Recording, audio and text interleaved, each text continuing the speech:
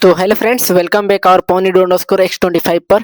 तो आज की इस वीडियो में हम लोग बात करने वाले एचडीएलसी मॉडल के बारे में। ठीक है, इसके प्रॉब्लम को समझेंगे और इंपॉर्टेंस को। तो इस टाइप का क्वेश्चन बहुत बार पूछा गया है। बोलता है कि what is HDLC model, what problems might be software development organization face if does not follow any life cycle model.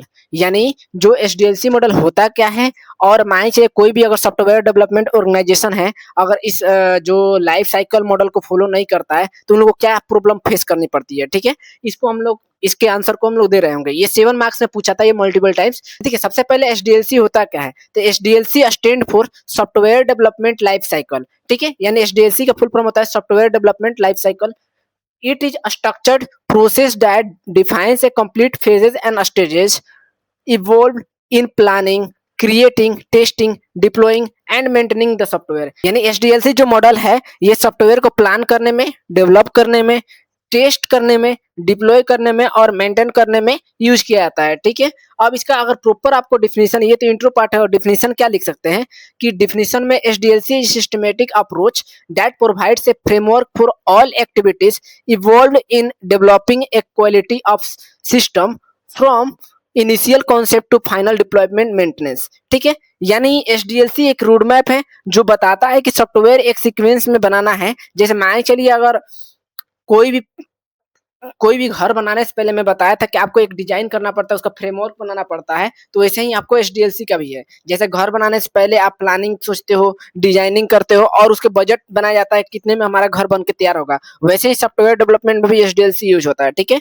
इसका मेन ऑब्जेक्टिव क्या होता है, तो इसका मेन ऑब्जेक्टिव में हाई क्वालिटी को के सॉफ्टवेयर बनाना है। ठीक है, डेवलपमेंट कॉस्ट को कम करना और प्रोजेक्ट को टाइम पर कंप्लीट करना और कस्टमर के रिक्वायरमेंट को, मतलब जितना भी उसका रिक्वायरमेंट है सबको सेटिस्फाई करना, यानी फुलफिल करना। ठीक है, ताकि और फ्यूचर में मेंटेनेंस को इजी बनाना, ताकि फ्यूचर में अगर मान चले कोई भी मेंटेनेंस करना हो तो उसको इजी हो सके। ठीक है, अब इसके भी एचडीएलसी के 7 फेजेस होते हैं, लेकिन बेसिकली आपको 5 फेज लिख दीजिएगा तो काम चल जाएगा, लेकिन 7 फेज के बारे में हम लोग जानेंगे। ठीक है, सबसे पहले आता है आपका प्लानिंग फेज। अब प्लानिंग फेज क्यों जरूरी है, आपको कोई भी चीज बनाने से पहले उसको अकॉर्डिंग टू प्लान किया जाए, फिर उसका रिक्वायरमेंट क्या होगी, फिर डिजाइन कैसे करे, फिर कोडिंग कहाँ होगी, टेस्टिंग क्या होगी, डिप्लॉयमेंट क्या होगी, ये सभी करना जरूरी है। ठीक है, तो प्लानिंग में क्या होता है कि इस फेज में प्रोजेक्ट को ओवरऑल प्लान बनाया जाता है, जैसे कि एक्टिविटी प्रोजेक्ट का फिजिबल है या नहीं, बजट कितना लगेगा हम लोग को। ठीक है, टीम में कितने मेंबर होने चाहिए ताकि ये सॉफ्टवेयर हमारा बन सके, प्रोजेक्ट में कितने मंथ में कंप्लीट होगा, तो ये सभी प्लानिंग के अंडर में हम लोग का आता है। ठीक है, अब प्लानिंग की जरूरत क्यों पड़ी, तो इसका मतलब प्रॉपर प्लानिंग से फ्यूचर में प्रॉब्लम रिड्यूस कम कर सकती है। और अगर विदाउट प्लानिंग आप जाएंगे तो क्या होगा, आपको कॉस्ट बढ़ सकता है, जो पैसे हैं वो ज्यादा लग जाएंगे, डेडलाइन मिस होगी, जैसे जो टाइम में अगर आपको कस्टमर दिया वो डेडलाइन आपको कंप्लीट नहीं होगी, और रिसोर्सेस वेस्ट होंगे। ठीक है, जो भी रिसोर्स आप लगाए हैं वो बेकार हो जाएगी। तो इसलिए हम लोग क्या करते हैं, प्लानिंग करते हैं।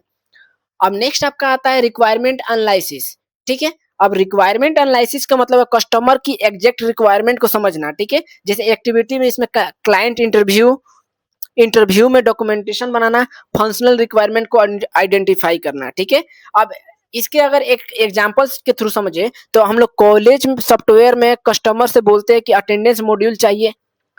ठीक है, जो सॉफ्टवेयर बना रहे हैं उससे फी फी मैनेजमेंट सिस्टम भी चाहिए उसमें सॉफ्टवेयर में, रिजल्ट जनरेशन भी चाहिए उसी सॉफ्टवेयर में, ये सब रिक्वायरमेंट होती है अपना देखा जाए तो। इसका अगर रिक्वायरमेंट का हम लोग जरूरत क्यों पड़ा है, मतलब इंपॉर्टेंस क्यों है, कि अगर मान लीजिए रिक्वायरमेंट क्लियर नहीं होगी तो हम लोग रॉन्ग सॉफ्टवेयर बना सकते हैं। ठीक है, कि हम लोग को पता ही नहीं है क्या हम लोग का रिक्वायरमेंट है, हम लोग कुछ भी बनाए जा रहे हैं।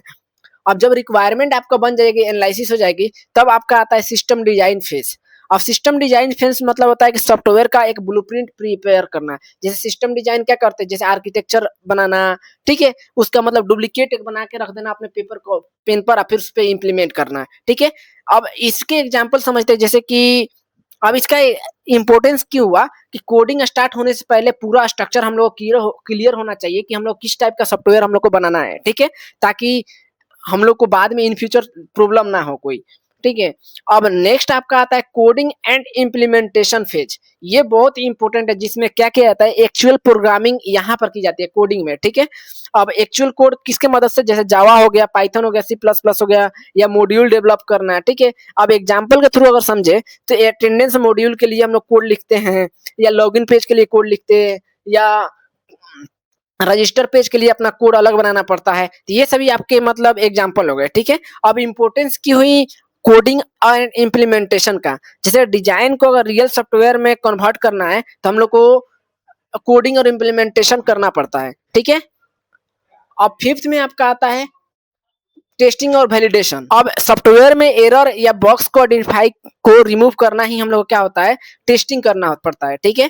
ताकि अब टेस्टिंग में भी हम लोग तीन चार प्रकार का टेस्टिंग होते हैं, जैसे यूनिट टेस्टिंग हो गया, इंटीग्रेशन टेस्टिंग हो गया, सिस्टम टेस्टिंग हो गया, ये सभी टेस्टिंग के टाइप है, ठीक है। अब टेस्टिंग की जरूरत की पड़ी, मतलब इंपॉर्टेंस की हुई, क्योंकि सॉफ्टवेयर रिलायबल और सिक्योर बने, ठीक है, इसलिए हम लोग टेस्टिंग करते हैं। उसके अलावा आपको सिक्स आपको नंबर पे आता है डिप्लॉयमेंट फेज। डिप्लॉयमेंट फेज में क्या होता है कि सॉफ्टवेयर को रियल यूजर्स के लिए इंस्टॉल करना है, ठीक है। इसको आप लिख सकते हैं डिप्लॉयमेंट। अब डिप्लॉयमेंट फेज में क्या होता है कि कॉलेज के सर्वर पर जैसे सॉफ्टवेयर डिप्लॉय करना, ये सभी हो गया आपका डिप्लॉयमेंट फेज का एग्जाम्पल। अब आपको सेवंथ में आता है आपको मेंटेनेंस करना, ठीक है। यानी डिप्लॉयमेंट के बाद सॉफ्टवेयर को अपडेट और इम्प्रूव करना ही हम लोग क्या होता है, मेंटेनेंस फेज होता है। जैसे इसमें क्या होता है कि एक्टिविटीज में बग को फिक्सिंग करना, सिक्योरिटी को अपडेट करना, या न्यू फीचर्स को ऐड करना, ये मेंटेनेंस के अंदर ही आता है।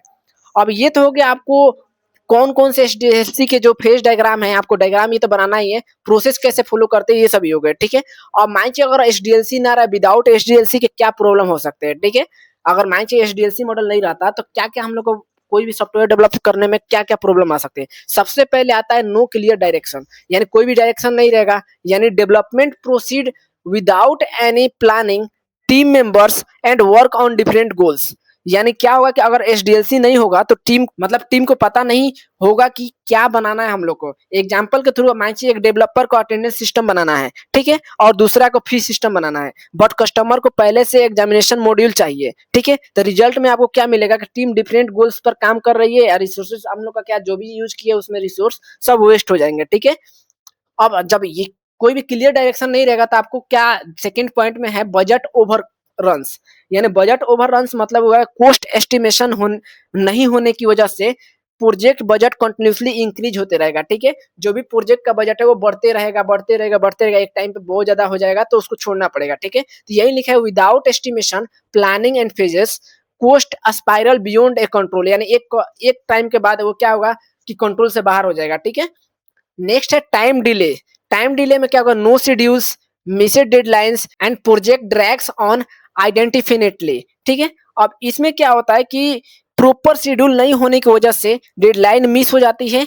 एग्जाम्पल के जैसे टेस्टिंग के लिए टाइम एलोकेट नहीं किया जा सकता है। अगर मान लीजिए बग्स फिक्स करने में एक्स्ट्रा मंथ लग जाए तो क्या होगा, रिजल्ट में क्लाइंट अनहैप्पी होगा आपसे, और कंपनी का रेपुटेशन क्या हो जाएगा, आपको खराब हो जाएगा, ठीक है। इसलिए ये टाइम डिले आता है। अब नेक्स्ट आपका है पुअर क्वालिटी सॉफ्टवेयर, ठीक है। यानी पुअर क्वालिटी ये भी एक प्रॉब्लम होगा अपना विदाउट एचडीएलसी मॉडल के, यानी without testing phases critical bugs reach end of users.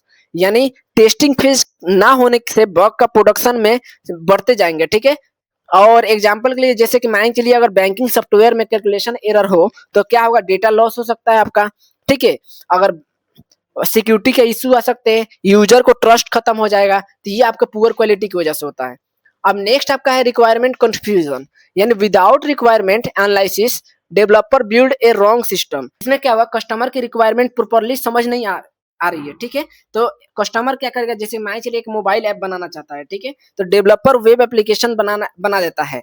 जैसे कि नहीं होता है कि मैं चाहता हूँ कि आपको कुछ और बनाना है, वो कुछ और बना देता है, तो इससे क्या होगा कि इंटायर प्रोजेक्ट क्या होगा, रीवर्क करना पड़ेगा और वो खराब हो जाएंगे, ठीक है। तो ये आपका रिक्वायरमेंट कंफ्यूजन में होता है, ठीक है। नेक्स्ट आपका पुअर कम्युनिकेशन, यानी पुअर कम्युनिकेशन में क्या होगा कि team members have no common references and framework to communicate. यानी एचडीएलसी डॉक्यूमेंटेशन प्रोवाइड करता है कि उसके बिना टीम के मेंबर मतलब कम्युनिकेट कर ही नहीं पाएगा, ठीक है। जैसे कि एग्जांपल के थ्रू इसको भी समझ सकते हैं कि टेस्टर जो होता है मतलब जो टेस्ट करता है उसको फीचर्स की रिक्वायरमेंट का पता ही नहीं होता है, तो डेवलपर और टेस्टर के बीच में कंफ्यूजन हो जाएगी, ठीक है। तो इसका रिजल्ट क्या मिलेगा हम लोग को, मिसअंडरस्टैंडिंग होगी और डुप्लीकेट वर्क होगा, ठीक है। अब नेक्स्ट है रिस्क मैनेजमेंट, यानी नो रिस्क मैनेजमेंट। इसमें risk are not identify early and causing late stage surprise and failure.